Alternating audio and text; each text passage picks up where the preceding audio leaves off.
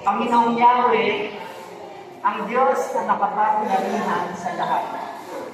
Salamat for reminding us today na ikaw ang pangunahin nating partner. Partner na walang ibang ninanais kundi ang mabuti para sa amin.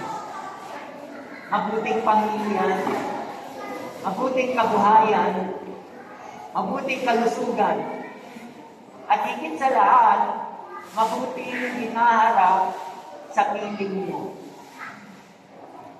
Dalangin ko, O Diyos, katulad ng sinasabi ng iyong salita, kami ang nagpaplano patungkol sa aming buhay, ngunit ikaw, makapangyarihang Diyos, ang nagbibigay ng katagumpayan nito.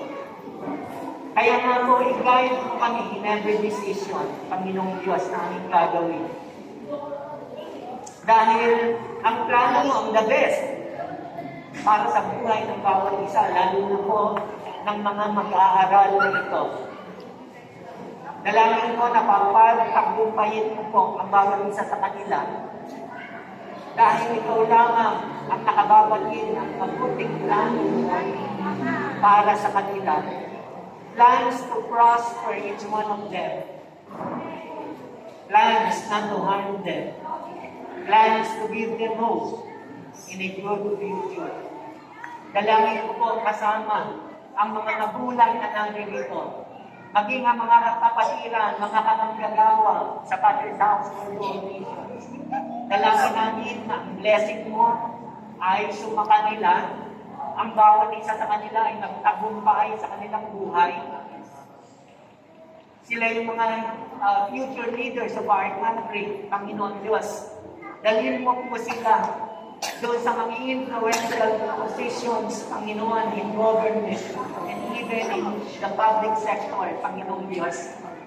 Upang ikaw na tumawag sa kanila upang parangalan ka, O Diyos, ay makilala saan man sila dadalhin, Panginoon, upang ikaw ay kanilang maihayag bilang nag-iisang Diyos ng buhay, makapangyarihan sa lahat.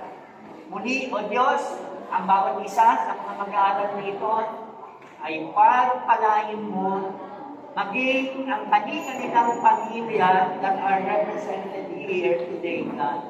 Pagpalain mo rin ang kanilang mga magulang, O Diyos, bigyan ng mabuting kalusugan, pagpalain ang kanilang mga trabaho, negosyo, o anumang pangkabuhayan. Pagpalain mo bilang patotoo, O Diyos, na ikaw ay nalulugod sa kanila.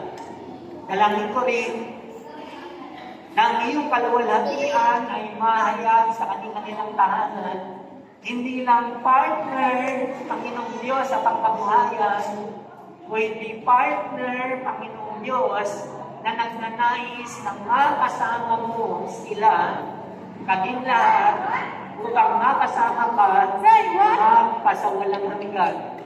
Papuri sa ilamang ng Diyos, niluluwalhati ka namin sa kasamang pinasasalamatan sa pangalan ni Jesus. And all of us say, Amen.